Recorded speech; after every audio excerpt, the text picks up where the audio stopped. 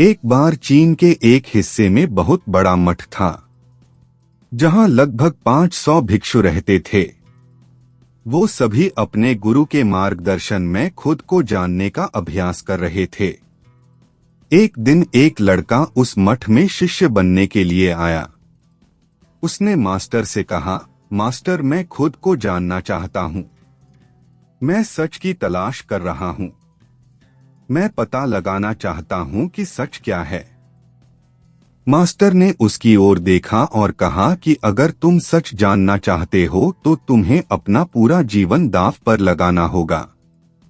सच को जानने में तुम्हारा पूरा जीवन लग सकता है, फिर भी इस बात की गारंटी नहीं है कि तुम्हें इस जीवन काल में सच का पता लगेगा या नहीं। क्या तुम इसके लिए तैयार हो? शिष्य ने कहा, मास्टर, मैं यहाँ पीछे मुड़ने के लिए नहीं आया हूँ। मैं इसके लिए तैयार हूँ। गुरु ने कहा, अगर ऐसा है तुम एक काम करो। इस मठ में 500 भिक्षु है। तुम उनके लिए चावल कूटने का काम करो। बस सुबह से शाम तक चावल कूटने का ही काम करो। और जब तुम थक जाओ तो सोने चले जाओ। फिर अगली सुबह उठकर चावल को कूटना शुरू कर दो। इसके अलावा कुछ और मत करना। किसी और चीज के बारे में मत सोचना। बस इस रास्ते पर चलते रहना और दोबारा मेरे पास मत आना।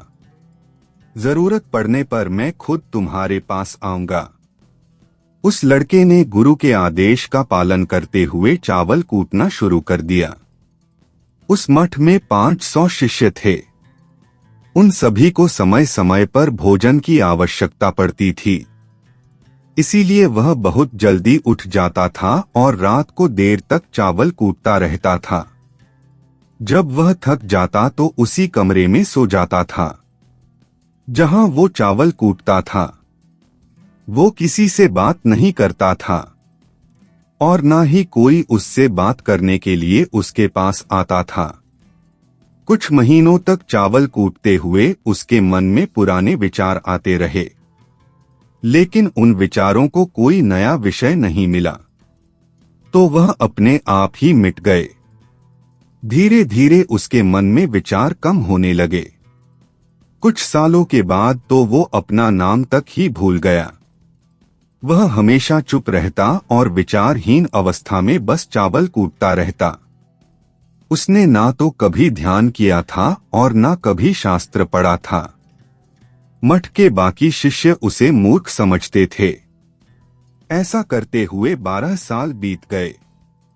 12 साल बाद एक दिन मास्टर ने घोषणा की, अब मेरा आखिरी समय आ रहा है और मुझे अपना उत्तराधिकारी चुनना है जो मेरे बाद मठ का मुखिया होगा।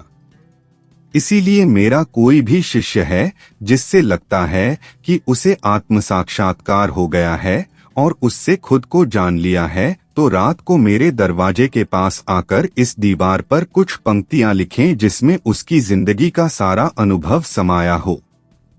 कई शिष्यों ने ऐसा करने के बारे में सोचा, पर मठ के प्रमुख शिष्यों में से एक ने वहां जाकर कुछ पंक्तियां लिखी। उसे बौद्ध धर्म ग्रंथों का बहुत ज्ञान था। सभी शिष्यों को लगता था कि वो इस मठ का उत्तराधिकारी बन सकता है। उसने लिखा था कि मन एक दर्पण की तरह है जिस पर विचारों और इच्छाओं की धूल जमा हो जाती है। इस धूल को हटाने के लिए ही ध्यान है। जिसकी धूल हट जाती है और मन का दर्पण साफ हो जाता है, वो मोक्ष को प्राप्त कर लेता है। अगली सुबह जब मास्टर उठे और उन्होंने इन पंक्तियों को देखा और उन्होंने कहा कि किस बेवकूफ ने यह सब कचरा मेरी दीवार पर लिखा है। वो शिष्य जिसने यह लिखा था वो चुप रहा। हालांकि उसने जो पंक्तियां लिखी थी वो ज्ञान से भरी थी, लेकिन यह सब किताबी ज्ञान था। वो शिष्य बहुत चालाक था। उसने पंक्तियां लिखी पर उसने नीचे अपने हस्ताक्षर नहीं किए, क्योंकि वो स्वयं इसके बारे में निश्चित नहीं था कि ये सही है या नहीं, क्योंकि उसे आत्म साक्षात्कार नहीं हुआ था। गुरु ने पंक्तियों को पूरी तरह से खारिज कर दिया।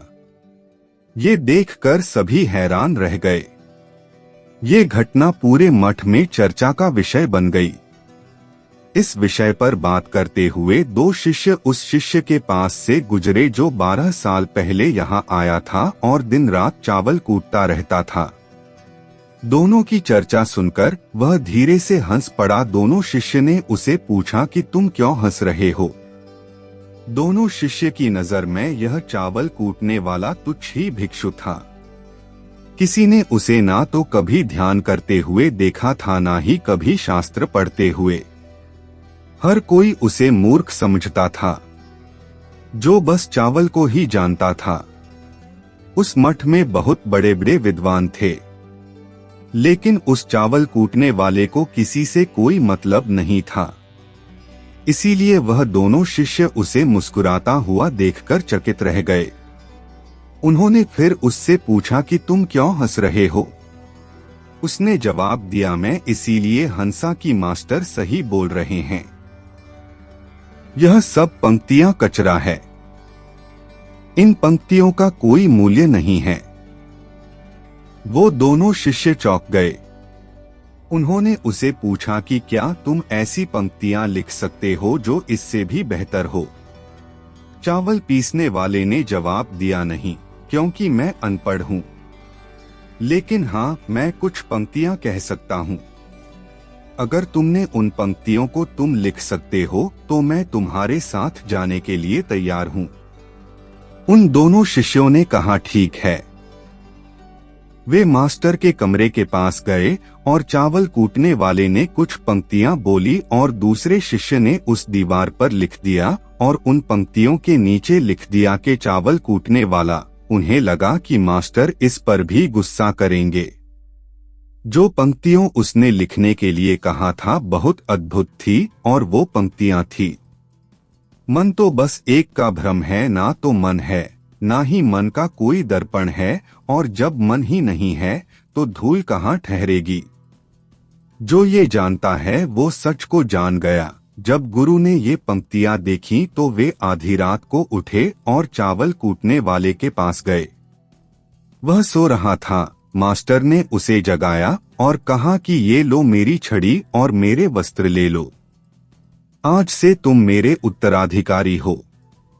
लेकिन इस मठ को छोड़कर कहीं दूर चले जाओ, क्योंकि इस मठ में बहुत सारे विद्वान हैं जो खुद को तुमसे ज्यादा श्रेष्ठ मानते हैं और वो तुम्हें मार देंगे। वो इस बात को बर्दाश्त नहीं कर सकते कि एक साधारण सा चावल कूटने वाला उनसे ज्यादा विद्वान निकला। तुम्हें वह सारा ज्ञान हो गया है जो मुझे है। तुम्हें यह सारा ज्ञान चावल कूटते कूटते हुआ है और मुझे पता है कि तुम जहाँ भी जाओगे लोग तुम्हारे पास आने लगेंगे, क्योंकि जब कोई फूल खिलता है तो उसकी महक हर तरफ फैलने लगती है। उसने अपने गुरु के पैर छुए और रात को ही वहां से चला गया। अगर हम अपनी जिंदगी में देखें तो पाएंगे बहुत से लोग सोचते हैं कि ध्यान केवल एक ही जगह बैठकर आंखें बंद कर ही किया जा सकता है, लेकिन हकीकत में ऐसा नहीं है। ध्यान तो चलते चलते भी किया जा सकता है। अपना कुछ काम करते हुए भी ध्यान किया जा सकता है। असल में ध्यान का मतलब यह है कि आप जो भी काम कर रहे हैं उसे अपनी शिद्दत से करें कि आपको आपके शरीर का ख्याल भी ना रहे। बिल्कुल उस चावल पीसने वाले की तरह जो चावल कूटने में इतना मगन हो गया कि उसको खुद का कोई ख्याल ही नहीं रहा। उसने चावल कूटते हुए ही उसने आत्म साक्षात्कार प्राप्त कर लिया। हर समय वर्तमान में रहना और कुछ नहीं सोचना मन तब तक ही है जब तक विचार है। जब विचार ही नहीं रहेंगे तो मन भी गायब हो जाएगा। जब मन ही नहीं रहेगा तभी तुम अपने आप को अच्छे से जान पाओगे। असल में हमें अपने वास्तविक रूप को जानने के लिए कोई अन्य साधना करने की आवश्यकता नहीं है। हम जो कुछ भी कर रहे हैं बस उसमें हमें पूरी तरह से खो जाने की जरूरत है। अपने काम में इस कदर से लीन हो जाओ क्या आपका काम भी ध्यान बन जाए?